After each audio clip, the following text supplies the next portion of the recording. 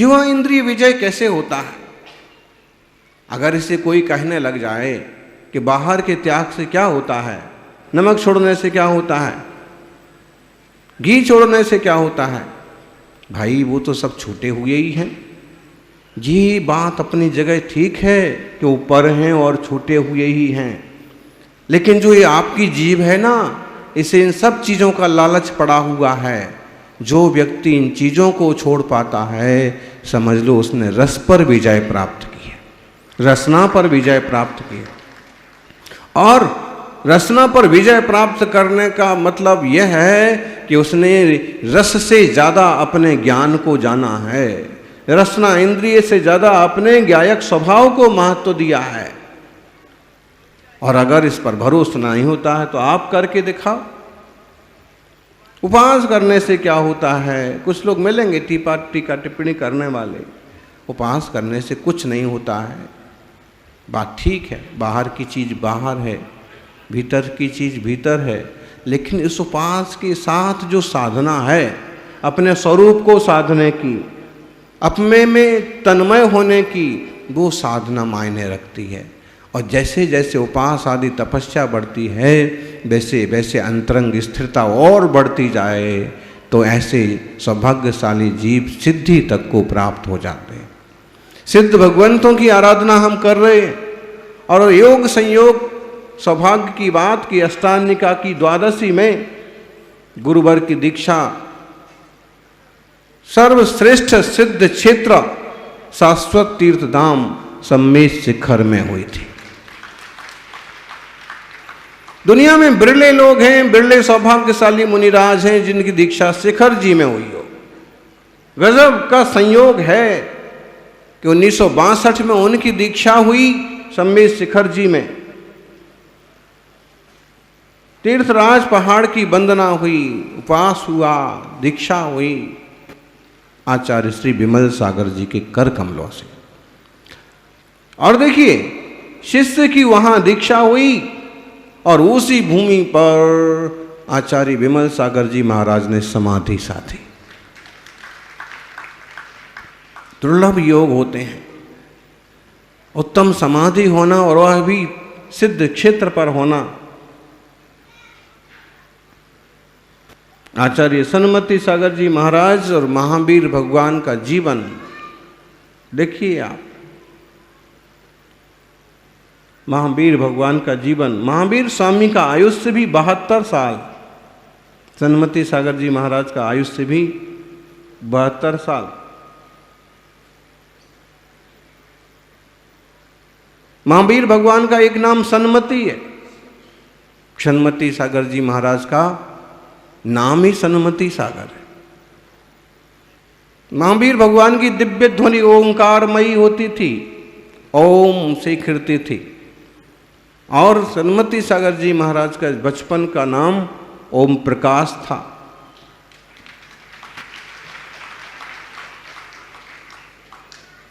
महावीर भगवान ने जीवन में कठिन कठिन तपस्या की।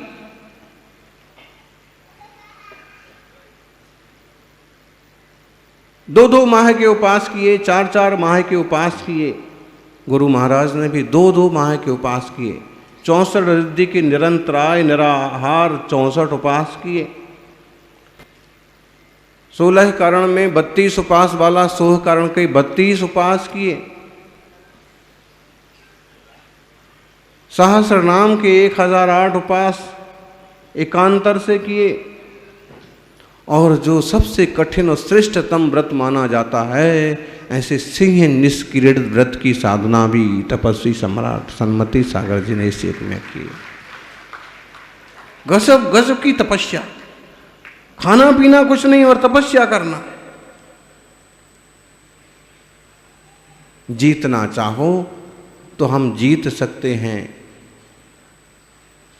इंद्रियों को, लालच को, विकारों को। आत्मार्थियों, उत्तर प्रदेश की वो धरती, एटा के निकट का वो फपोतू गांव, वहां का सुंदर मंदिर, जिस मंदिर में तीर्थंकर वीतरागी प्रतिमाएं विराजमान है, और छोटे से गांव में दुनिया के सबसे बड़े तपस्वी का जन्म हुआ। पिता प्यारे लाल जी, माता जयमाला जी, और जन्म हुआ 1938 माघ शुक्ला सप्तमी। इसे रथ सप्तमी भी बोलते हैं, सन्मति सप्तमी।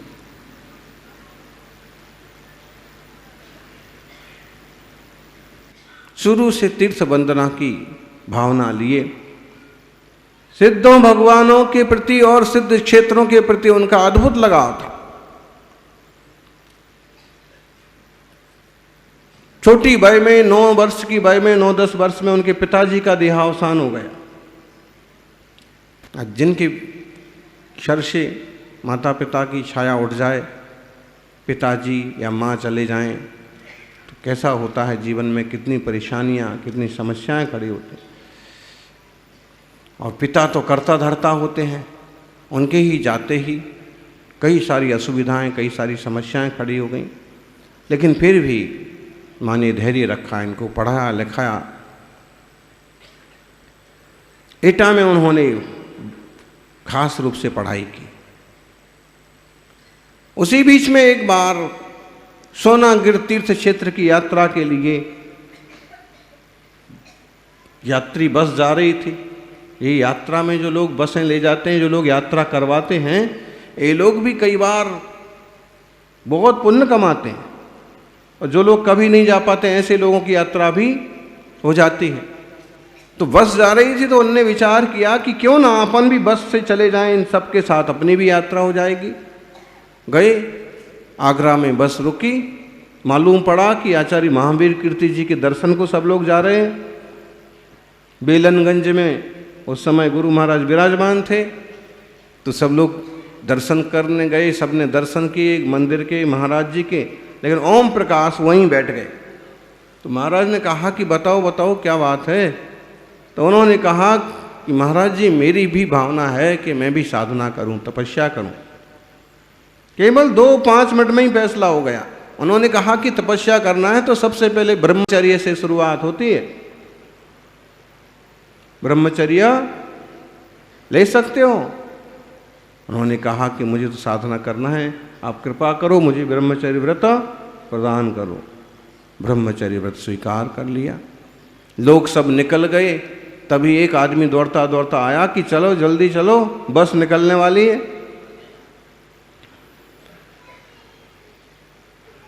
तो उनने कहा कि मुझे तो यहीं रहना है। तो उसने कहा कि भाई अब सोनागिर को चल रहे तो पहले यात्रा कर लो। तो सोनागिर की यात्रा हो गई। उसके बाद उन्होंने बीए जितनी पढ़ाई भी की, शास्त्र भी पढ़े, बड़ा उतार चढ़ाव वाला जीवन रहा। आचार्य श्री सन्मति सागर जी महाराज एक ऐसे अद्भुत संत हैं कि जिनने अपनी साधना से, अपनी तपस्या से इस लोक को, इस देश को, देश की चारों दिशाओं को सुशोभित किया। आचार्य महाराज का जन्म हुआ, कौन सी दिशा हो गई? एटा उत्तर प्रदेश, नाम ही उत्तर है, उत्तर प्रदेश। उत्तर दिशा में उनका जन्म हुआ। दीक्षा हुई शंभे शिखर पूरब, पूरब दिशा में दीक्षा हुई। आचार्य पद हुआ महसाणा, अहमदाबाद। अहमदाबाद से कितना होगा? 70-80 किलोमीटर। गए थे तो अहमदाबाद से ही गए थे। जब गिरनार जी से संघ वापस आया और अहमदाबाद तक आया, इस बीच में महाराज जी महावीर कीर्ति जी बहुत अस्वस्थ हो गए। वो भी घोर तपस्वी थे, किसी तरह का आलंबन नहीं लेना, कोई चिताई नहीं ओढ़ना, कोई ठंड से बचने का साधन नहीं लेना, आहार में भी तरह तरह के त्याग और कठिन तपस्या। अब जो भी निमित्त बोलो, उनका शरीर बैठ गया, फेफड़े जकड़ गए। परिणाम ये हुआ कि यहाँ उनकी तबीयत बिगड़ गई। अब अहमदाबाद में बाबूजी आपको पता है तो हाँ स्वस्थ हो गए। फिर भी उनने कहा कि कुछ नहीं, शिखर जी जाने की भावना है, गिरनार जी के दर्शन हो गए, शिखर जी के भी हों, और नहीं तो अभी तारंगा के लिए तो विहार करना ही चाहिए।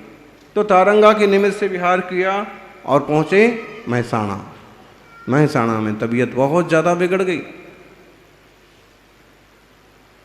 तो उन्होंने 3 दिन पहले ही घोषणा कर दी कि अब जो है हमारे आचार्य पद को मुनि सन्मति सागर जी महाराज संभालेंगे।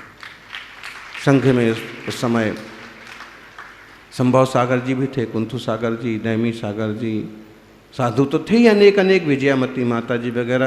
तो सबको यथा योग्य पंचाधार की स्थापना की। मूलाचार में पंच आधार की बात आती है कि संघ में 5 आधार होना चाहिए। आधार मतलब कि इतना बड़ा संघ है तो किसी के लिए कोई ना कोई आधार बना रहे। पंच आधार, पंचाचार जो हैं वो तो आचार्य श्री पालन करते हैं, सभी मुनिराज पालन करते हैं, लेकिन पंच आधार। और एक गाथा दी वहाँ पर, तत्थण कम कप्पई बासो जत्थ इमे नत्थि पंच आधारा आईरिय वज्जाया पब्बत थेराया गणधराया। जहाँ पर ये 5 आधार ना हो उस संघ में नहीं रहना चाहिए। बताइए, मतलब 5 आधार कितने महत्वपूर्ण है। सबसे पहले आचार्य, आचार्य होना चाहिए। दूसरे उपाध्याय, तीसरे प्रवर्तक।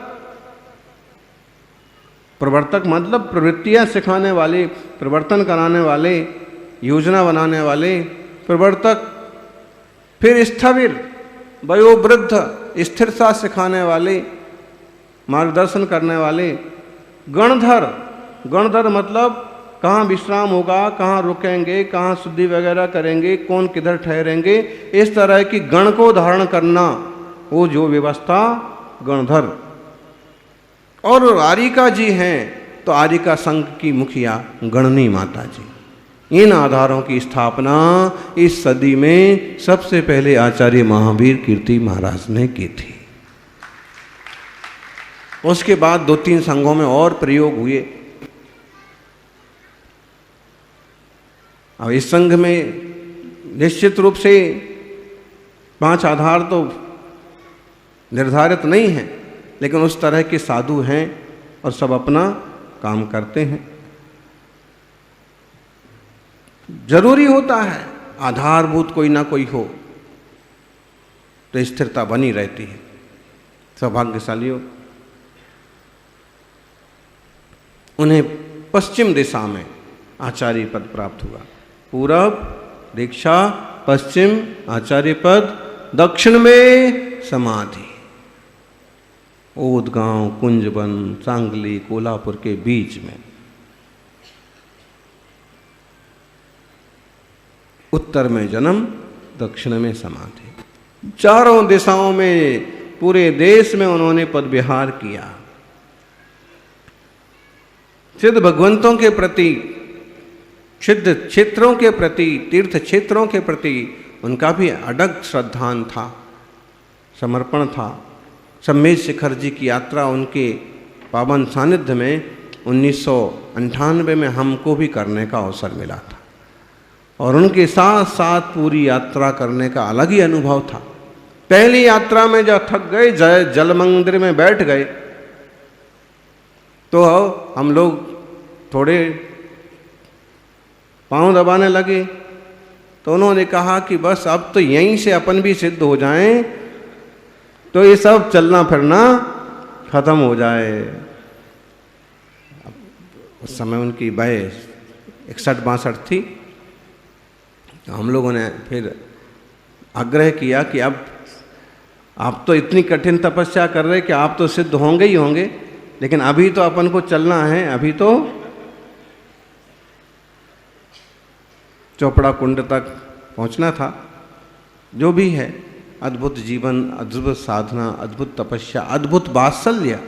जो लोग कहते हैं कि कठोर थे, कठोर थे, तपस्या के मामले में कठोर थे और दोहरे व्यक्ति के प्रति कठोर थे। दोहरा चरित्र उनको बिल्कुल पसंद नहीं था। मतलब एक तो आदमी जो भी बोले, हमारे सामने अगर कोई बात करते हो तो वचन के पक्के होना चाहिए, और जैसे आप अंदर हैं वैसे आप बाहर हो। एक घटना है खमेरा की, देश के एक नामी ग्रामी व्यक्ति आए और आ गए अंदर, और फिर किसी और से बोलते हैं कि भाई नारियल लाओ। नारियल लेके आ गए, नारियल अब ऐसे आगे कर ही देते नारियल तो कि भाई आप नारियल चढ़ाओ। नारियल, फिर नारियल चढ़ाया और फिर कहने लगे कि महाराज जी मुझे 10 मिनट आपसे अलग से बात करना। तो महाराज जी बोले, तेरे पास खुद का चढ़ाने का नारियल तो है नहीं, अलग से 10 मिनट बात करना है। झड़का दिया। मतलब फक्कड़ साधु थे वो, ये भी नहीं गिनते थे कि अब चलो ठीक है जैसा भी। अरे भाई इतनी दूर से आए हो, इस बात करने के लिए आए तो एक श्रीफल भी तो साथ में ले आते। भावार्थ तो उसका ये है कि तुम आए हो तो एक श्रीफल भी, फल भी तो ले आते साथ में चढ़ाने के। अब श्रीफल दूसरे से मांग रहे हो। ऐसे ही एक घटना बनी मुंबई चतुर्मास में। एक बड़े सेठ जी आए, सब बड़े ही होते हैं लेकिन कुछ कुछ फेमस भी हो जाते हैं। तो हम भी बैठे थे, उन्होंने ऐसे ही चालू की बात कि महाराज जी मैं 10 लाख रुपए खर्च करना चाहता हूँ। अब आप बोलो, आपके सामने कोई 10 लाख खर्च करने की बात करेगा तो आप क्या करोगे? अब इतना बीतरागी साधु ढूंढना भी मुश्किल है कि जो चुप रहा है और कहे कि नहीं मुझे कुछ मतलब नहीं। वो तो कुछ ना कुछ, कोई के पास भी बात करोगे कोई ना कोई रास्ता तो बता ही देगा कि ऐसा करो। लेकिन वो चुप रह गए। फिर बोले कि आप जो कहो, आप कहो तो स्कूल बनवा दें, आप कहो तो अस्पताल बनवा दें, किसी तीर्थ पर लगाना हो तो। 2004 में 10 लाख मतलब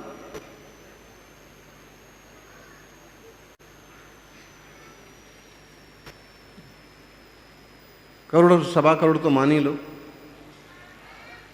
ऐसा। तो महाराज जी फिर भी चुप रहे। हम चक्कर में पड़ गए कि मतलब यार इतनी बड़ी बात कर रहा है ये, और ये भी मतलब आप जहाँ बोलो जिस चीज़ में बोलो। फिर भी महाराज जी चुप रहे। फिर उनने फिर कहा कि आप तो जब भी, आज नहीं आप जब भी आज्ञा करोगे और हमें करेंगे। और वो फिर चले गए, आशीर्वाद भी बोले कुछ नहीं लेकिन फिर भी आशीर्वाद तो दिया। जब वो चले गए फिर हमने पूछा कि महाराज जी जो है इतनी बढ़िया बात कर रहा था, इतनी बड़ी बात कर रहे थे, तो आप जो है आपने क्यों नहीं हाँ कह दिया और क्यों नहीं बता दिया कि ऐसा कुछ करो।